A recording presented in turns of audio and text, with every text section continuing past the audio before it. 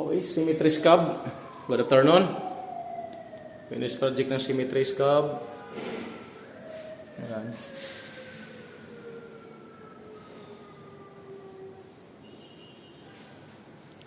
Pillar baseboard, okay na.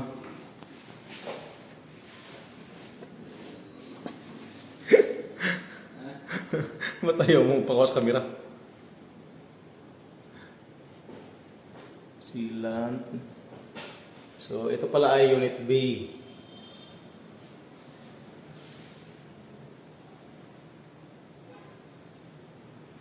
So, ayan.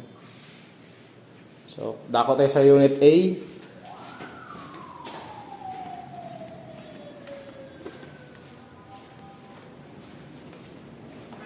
Unit A. Ito. So, nasilant pa rin.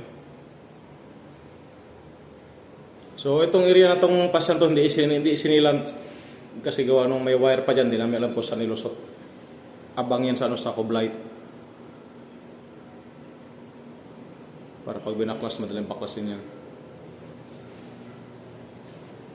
So, yan, pillar nakasilant na rin. O, bukas to.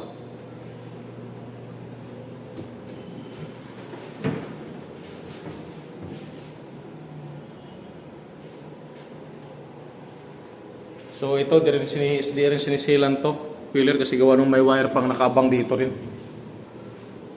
So ito naman tayo pillar.